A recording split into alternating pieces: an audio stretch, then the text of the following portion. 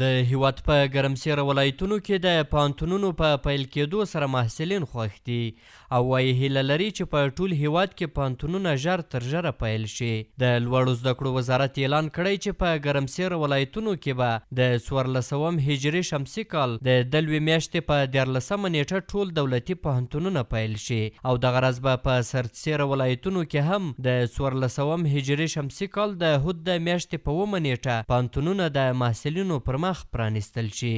په ګرمسیرو ولایتونو کې به د رجب المرجب اوله نیټه چې د دلوي د 14 نیټې سره سمون خوري درسونه شروع کیږي او همدارنګه په سرسیرو ولایتونو کې به درسي بهیر د رجب المرجب د 15 تاریخ نه چې د حود د 9 تاریخ سره سمون خوري شروع کیږي. په همدې حال کې زیاتره محصلینو د حکومت له دې پریکړې څخه هرکلی کړی او وایي چې د لوړو زده کړو وزارت له دې اعلان سره سم د ډیری محصلینو هیلې راژوندۍ شوې او خوښ دي چې په ګرمسیره ولایتونو کې د پوهنتونونو دروازې یو ځل بیا د محصلینو پر مخ باندې پرانیستل کیږي.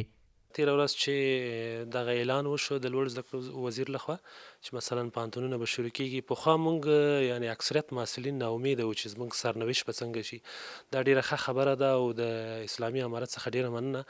نو ټول ځوانان په دې تشویش کې وو چې کله پوهنتون شروع کیږي، هغوی ناامیده وو. د اسلامي امارت له دې پریکړې نه موږ ډیر خوشحاله یو، ډیر هرکلی کوو چې په افغانستان کې پوهنتونونه شروع سي او محصلین خپلو درسو ته راوګرځي. دا یو ډیر د خوشحالۍ ځای.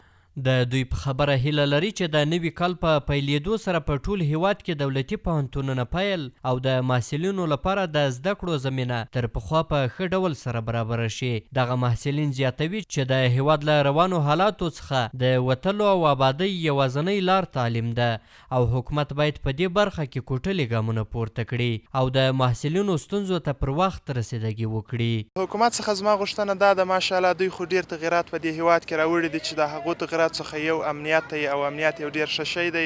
مخکې به محصلین په صنفو کې ناست وو، هغو به تدریس کوی خو د دوی جسم به دلته وو اما روح بیا د باندې وو ځکه چې امنیتي مشکلات وو.